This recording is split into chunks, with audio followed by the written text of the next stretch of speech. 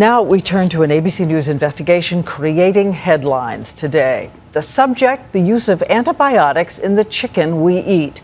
A new question has been raised about a possible relationship to an infection in women that is nearly impossible to treat. We should say the evidence is being hotly debated. Dr. Richard Besser, our medical editor, will join us. But first, here's ABC senior national correspondent Jim Avila with his reporting tonight. It's America's favorite food. 8.5 billion chickens raised for meat. Nearly all of them, even the healthy, fed antibiotics from hatch to frying pan. A diet that a growing number of leading medical researchers around the world say has created a dangerous strain of E. coli that is now highly resistant to antibiotic treatment. And here is what is new and alarming. They say that superbug in the bird is now infecting women. We're finding the same or related E. coli in human infections and in retail meat sources, specifically chicken. These top researchers say they now have strong evidence of a link between the disease and the chicken superbug, the grocery store meat carrying the same E. coli strain as the resistant strain causing painful and long-lasting bladder infections.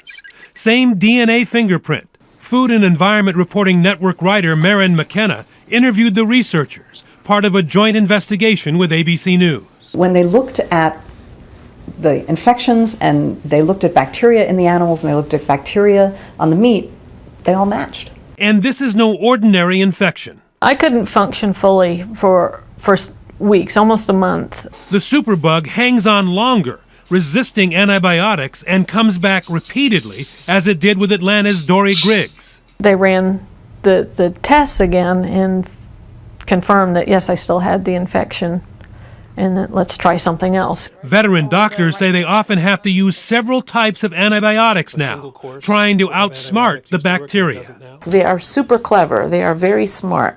We call them bugs. We think of them as stupid, but they are very smart. The chicken industry disputes the research and says they believe it's unlikely that this antibiotic-resistant superbug comes from poultry at all. But the independent researchers say they are confident that the link is proven by the DNA.